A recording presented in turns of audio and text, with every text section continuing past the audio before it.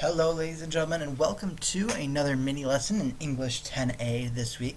You're going to have a couple of these to watch today, but this one introduces you to the writer's workshop and the process that you're going to be going through these next couple days and this next couple weeks actually as you're going through the steps of the writing process. For this first time around, you noticed with your paper last week, I kind of let you simmer and kind of work on yourself just to see where you were at as kind of a diagnostic assignment, in addition to what we've already done, to see your process at work. But we're going to add a little bit to that process today to help out those that are struggling and to give some direction there as well.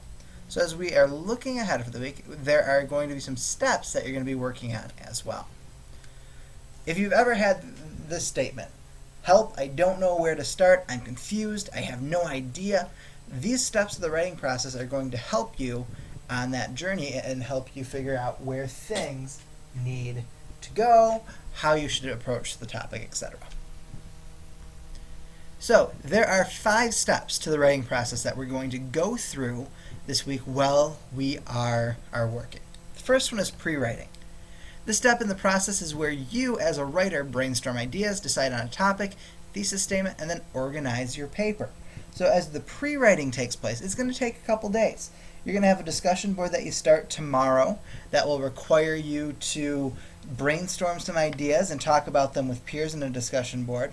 And then you're going to begin working on a rough draft. There's going to be a couple options for the project that you're going to work on here. So you're going to work on the rough draft for a couple days too. In that drafting process, that's where you begin writing. You put the ideas on paper, and and the pre-writing turns into actual writing. My advice to you is to just let it flow. The more natural the process is, the more you just get it down on paper and not worry about spelling and grammar and those things. Those can come later. The more authentic your writing is going to be.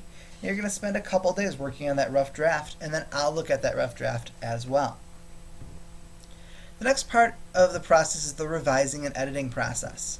This is where you've gotten your ideas down on paper, but it's a stream of consciousness nightmare where it's just all those ideas down. You need to revise and edit. And the first draft is never the best draft. Going back and looking at it and figuring out with some constructive criticism and some ideas of what other people thought are going to help you revise and edit that. So you'll have a discussion board next week where after you'll have my ideas for your rough draft, but you'll submit that rough draft as well and get some feedback from your peers. And we'll talk about that next week a little bit as well. Revising and editing helps to ensure that the reader understands your content. So the 2 parts there, the editing is the mechanics, so spelling, grammar, those sorts of things. The revising is the actual content and the ideas, not just the proofreading part.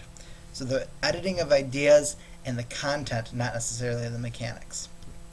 Additionally, we have the proofreading section. So like above, proofreading is a catch-all point. Revising and editing is a doggy door, as proofreading is to a screen door.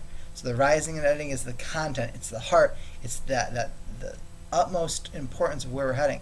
The screen door is the catch-all. So it keeps things out, and it can cause problems if you don't keep things out, but it's the big issues. It's the mechanics and the grammar. It's not the content in that analogy. So you'll be revising and editing and proofreading in that too next week. A great opportunity in terms of proofreading for you is to just look at your paper and read it aloud to yourself.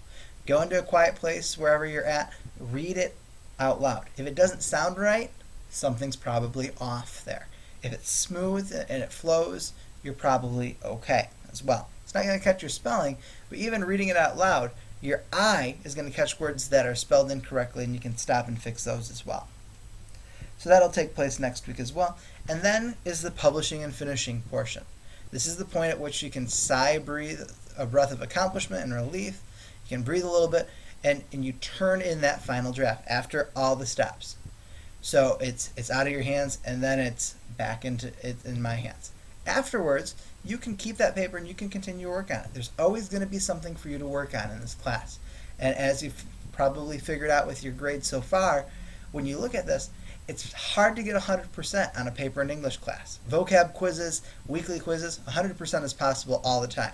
But when it comes to those written assignments, there's always room for improvement, which means that you're probably never going to be 100% on a paper. There's always something to improve on. So do keep that in mind.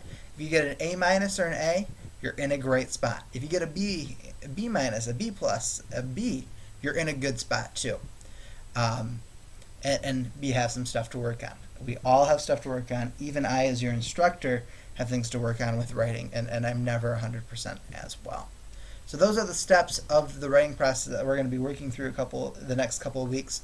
I wanted to give you a heads up and kind of where we're heading, and the assignments will all be based on those as we're moving forward as well.